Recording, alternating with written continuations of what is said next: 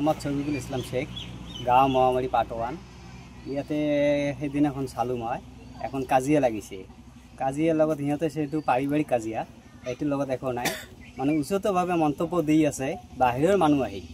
সেই মানুহ কাৰণত আমাৰ প্ৰশাসনক এইটো অনুৰোধ জনালোঁ, সেই মানুহখিনি যেনেকুৱা নহওক উচিত তদন্ত নিব লাগে। আৰু আমাৰ যিখিনি যে আমাৰ খাছ মাটি আছে, সেইখিনি খাছ মাটিৰ কাৰণত আমাৰ সেইকাৰণে ৰাজহুৱা ফিল্ড লাগে। ফিল্ডৰ কাৰণত কামটো কৰিলে ভাল হয়। ইয়াতে মোৰ বয়সটো ধৰক 33 মান হ'ল। এতিয়া মোৰ জন্মৰ পৰা ইয়াতে ক'ব গ'লে এতিয়া আছোঁ। চবেই হিন্দু মুছলিম দম চাল যিখিনি আছে চবৰে লগত কাজিয়া একো হোৱা নাই। তেনেকুৱা মন্তব্য কোনো দিবও নোৱাৰিব।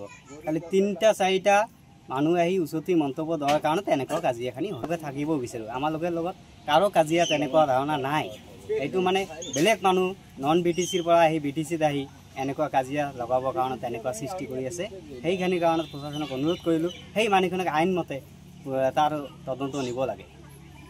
মোৰ নাম আৰিফুল শেখ, মই মহামাৰীৰ এজন ল'ৰা হয়।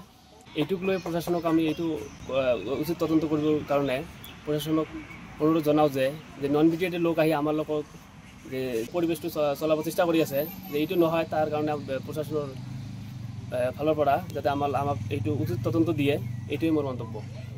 যিখিনি আমাৰ এইটো খাছ মাটি হয়, এইটোৱে কিছুমান কয়েকটা পৰিয়ালে এইটো হস্তক্ষেপ কৰি আছে।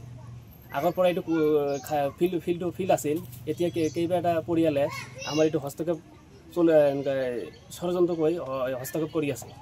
তাৰ কাৰণে এইটো ফিল্ডটো আমাক উচ্ছেদ কৰিবৰ কাৰণে বিশেষভাৱে আমি অনুৰোধ জনালোঁ চাৰ্কেল অফিচাৰক। মজিদ মণ্ডল, প্রায় 40 বছরের মতো হলো আমার এখানে আসা। সব জাতের মানুষই বসবাস করে আছি বাবারে। আমার হিন্দু মুসলিম যা আছে সবাই আমরা দেশে বসবাস করে আছি। কিন্তু এই মোটামুটি 3-4 দিন হল একটা আমার মধ্যে কি কাজিয়া হয়েছে না হয়েছে, আমার ভাটিয়া মানুষের সাথে কোনো কাজিয়া কিছু হয় নাই। আমার কোনো ধরনের বিবাদ নাই, আমরা কোনো ধরনের শৃঙ্খলা করিও নাই, কোনো প্রতিবাদও করিনি। এটি আছে আমার ভাটিয়া মানুষ, দেশি মানুষ, হিন্দু মানুষ, রাভা মানুষ, এই 4 জাতি আছি আমরা।